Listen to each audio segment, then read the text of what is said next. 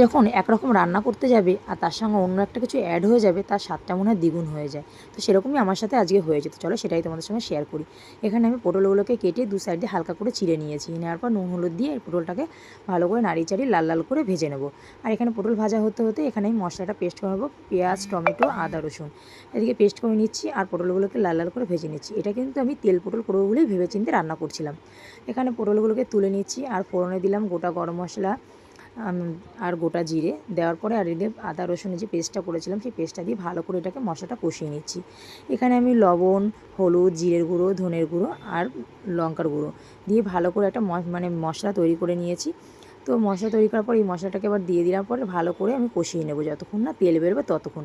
যেহেতু বললাম আমি পটল করার জন্যই আমি এটা রেডি করেছিলাম, সেইভাবে আমি রান্না করছিলাম। তো দেখো এখানে আমি মশলাটাকে ভালো করে কষিয়ে নেওয়ার পরে পটলগুলো দিয়ে কষাচ্ছিলাম। হঠাৎ করে দেখলাম বড়মশাই চিংড়ি মাছ নিয়ে হাজির। তখন ভাবলাম এটাও এখানে অ্যাড করে দিই। তো এখানে আলাদা আরেকটা ফ্রাই প্যান নিয়ে আমি চিংড়ি মাছগুলোকে লাল লাল করে ভেজে নিয়ে আর এটার মধ্যেই আমি অ্যাড করে দিয়েছিলাম। তো এই পটলের যে তেল বেরিয়ে গেছে দেখো, এর মধ্যে আমি চিংড়ি মাছগুলোকে অ্যাড করে দিয়েছিলাম আর দিয়ে ভালো করে এর সঙ্গে আরেকটু কষিয়ে টষিয়ে নিয়ে এর মধ্যে পরিমাণ মতো একদম হালকা পরিমাণে জল দিয়ে দিয়েছিলাম।